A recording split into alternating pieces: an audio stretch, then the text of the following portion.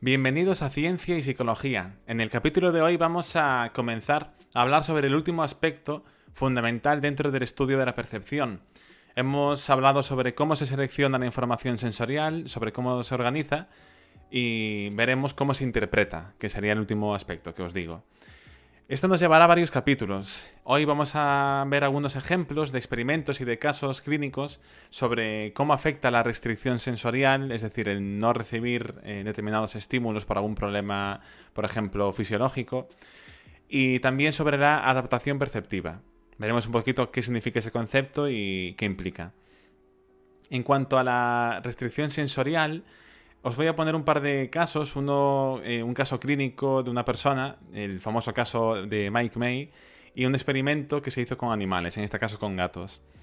El caso Mike May es un caso, ya os digo, muy famoso. Se hizo un documental, de hecho, sobre él. Fue una persona que con 3 años, a raíz de una explosión, perdió la vista. Y 40 y tantos años después se le hizo un implante de córnea que le restableció la visión del ojo derecho. Podía ya, después de ese implante, ver a su familia, ver a sus hijos, ver a su pareja. Sin embargo, se vio que no era capaz de interpretar las expresiones que hacían con la cara, ¿no? En este caso, no era capaz de reconocer los rasgos de las caras. Tenía muchas dificultades para reconocer, sobre todo caras, ¿no? Y aspectos en ese sentido, pero no solamente eso. Sin embargo, se vio que a nivel fisiológico la corteza visual estaba recibiendo la información visual que percibía. Lo que se ha visto es que durante ese largo periodo de tiempo en el que la corteza visual precisamente no había recibido esa información, aunque la recibiese ahora, había hecho que esa falta de experiencia afectase a cómo interpretar esa información que recibía.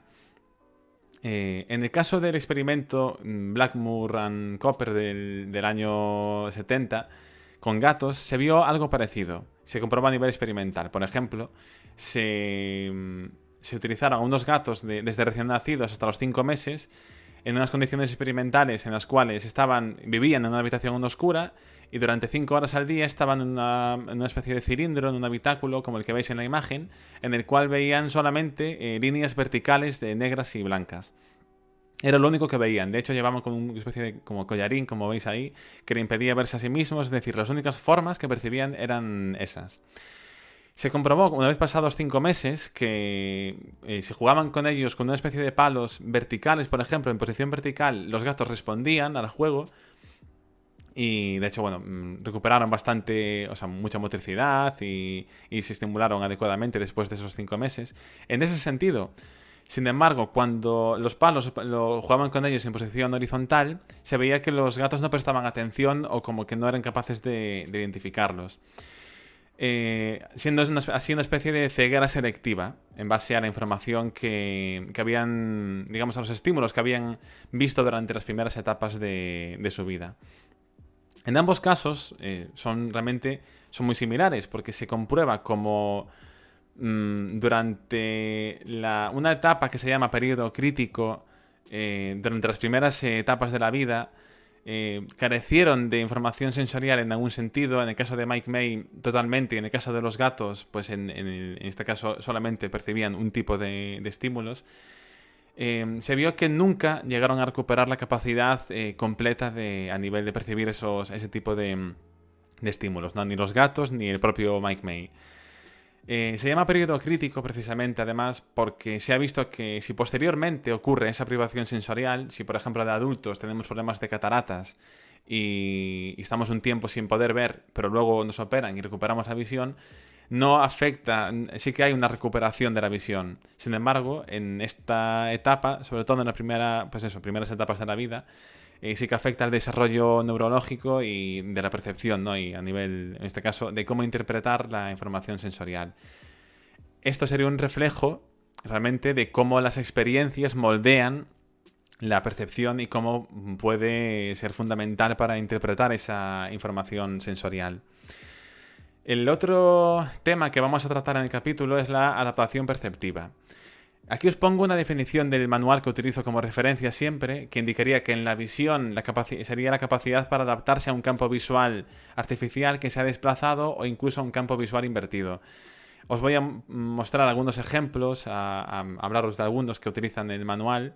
De hecho, de ahí viene la definición, aunque yo utilizaría mejor una definición más amplia. La adaptación perceptiva sería pues esa capacidad para adaptarse a cambios en el contexto de una forma más o menos rápida y efectiva.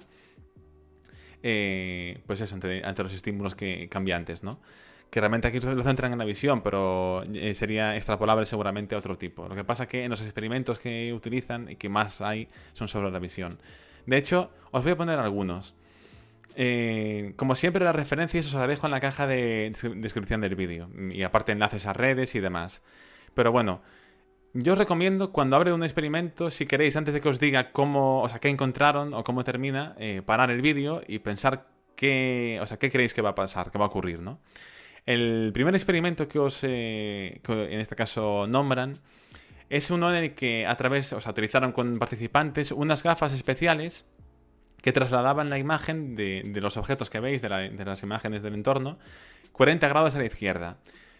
¿Qué creéis que pasó? O sea, ¿creéis que se adaptaron a esa nueva forma de ver? ¿Creéis que os adaptaréis vosotros? En este caso, lo primero que se vio es que, por ejemplo, ante una tarea como dar la mano a otra persona que estaba de frente, no eran capaces, o sea, realmente se desviaban muchísimo, ¿no?, de donde estaba la mano, porque, fijaos, o sea, imaginaos ver 40 grados a la izquierda, ¿no? Sin embargo, lo que se vio es que en apenas unos minutos hubo una adaptación sensorial y ya eran capaces de, pues en este caso, de responder a las tareas más sencillas, ¿no? A nivel, pues, de coordinación, por ejemplo, de visión y a nivel motriz. Y además no solamente eso, sino que una vez al quitarse las gafas, hubo una readaptación al entorno normal muy rápida. Esto, por ejemplo, no pasaba es un ejemplo, ¿no?, con las gallinas. Hicieron experimentos con gallinas y no eran capaces de adaptarse a la visión que le daban, esa visión cambiada, ¿no? Otro experimento, también con una especie de gafas especiales, era de invertir la imagen que vemos, viendo la parte que vemos abajo, arriba y arriba abajo. Es decir, veríamos el suelo en el techo, ¿no? Imaginaos lo cambiante que puede ser eso. ¿Creéis que hubo, igual que antes, una adaptación o no? En este caso, lo que se ha visto es que la adaptación tardó mucho más. De hecho, el psicólogo que hizo el experimento lo hizo con su propio, o sea, lo hizo él mismo. Se vio que durante los primeros días tenía náuseas, dificultades para caminar, para comer, para un montón de aspectos. Y tardó hasta 8 días en asimilar esa adaptación, pero finalmente sí que se adaptó a ese nuevo entorno. Y también hubo una readaptación muy rápida. Esto se ha visto en gatos, por ejemplo, en monos y en humanos. No se ha visto, por ejemplo, en otras especies como las salamandras, los peces o las ranas. Y un tercer experimento sería en el cual también a través de una especie de gafas se invierte, pero en vez de ser arriba y abajo, izquierda y derecha, la imagen que vemos del mundo. Este experimento se hizo en Japón y me interesó mucho porque aquí la adaptación realmente tardó varias semanas, pero sí que consiguieron adaptarse bien, incluso andar en bicicleta. Y los investigadores llamaron al efecto, o realmente a la gente, a los participantes, ¿no?, como biperceptivos, porque se vio también de nuevo que una vez al quitarse las gafas, la readaptación era muy rápida, realmente muy rápido se adaptaron otra vez al entorno habitual. Y de hecho lo que se vio es que podían volver, digamos, a ponerse las gafas y enseguida se adaptaban otra vez a ese entorno. Esto no solamente con experimentos se puede demostrar. Se ha visto que, por ejemplo, la gente que aprende a conducir de una manera en unos países que conducen por la derecha con el volante en un sitio, y que aprenden a conducir en el otro sentido y adquieren una destreza en los dos, que eso es muy fácil cambiar. Estos biperceptivos, esta forma de bipercepción, es muy similar a lo que serían también los bilingües. La gente bilingüe es capaz de cambiar de idioma en el que habla de una forma muy rápida y sin esfuerzo.